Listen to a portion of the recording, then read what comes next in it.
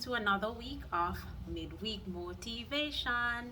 My name is Rochelle Clunie, and in this video, I'm going to be talking about how to avoid complacency.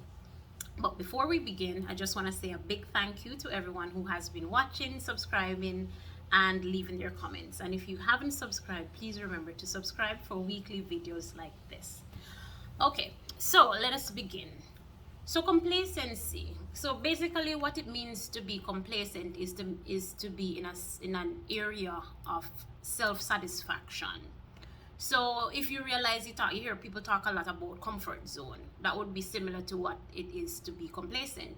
So it means that there is something in your life that you are very comfortable with, you're in a good groove, and so you tend to not add anything or tend to not grow in that specific area. So what that does, why it can be dangerous, is that there is no room for growth. There is just a standstill, and we all know that if you're not growing, then you're dying, because there is no standstill.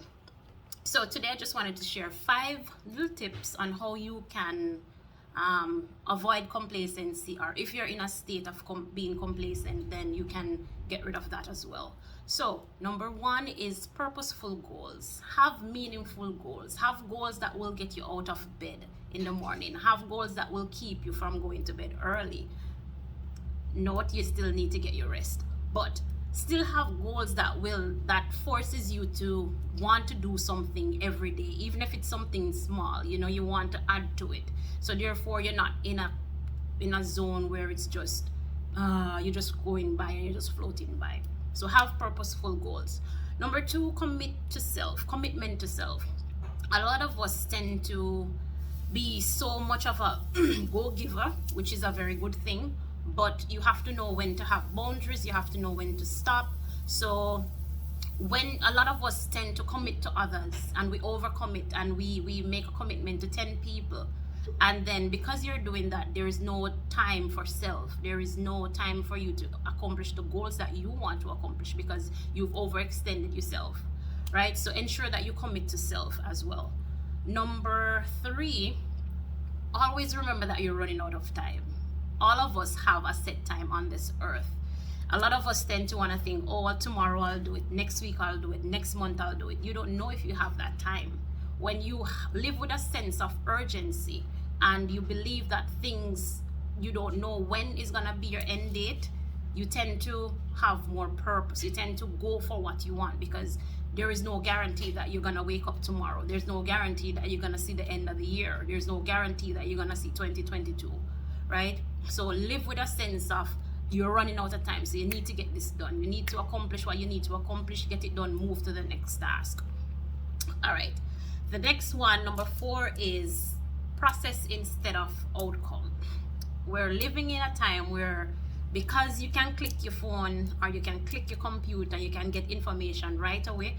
Everybody, like a lot of people, live in a sense of instant gratification. And we forget that there is a process to things. We forget that when you plant a seed, the seed is not going to start growing, bearing fruit tomorrow.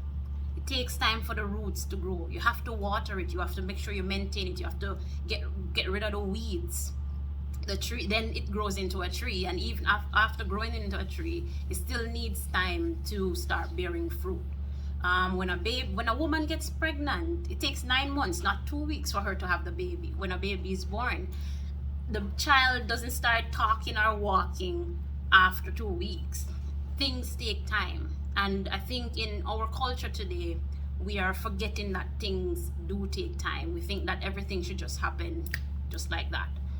So remember that it's process. Have your processes in place, build new habits, have strategies in place, work on those things before seeing the outcome. If you continue doing it every day, the compound effect will kick in, and you will get what it is that you're working towards.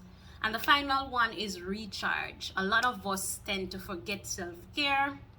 A lot of us are just working. And if you see my eyes and you hear my voice, you realize that I am one of those persons right now where it's just work.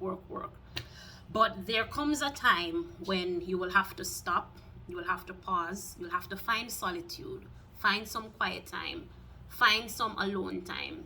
Get back to you. Give back to the body, give back to the spirit, give back to the mind.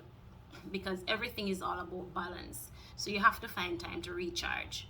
All right, and that is it for this week. I will see you next week for another midweek motivation. Enough love.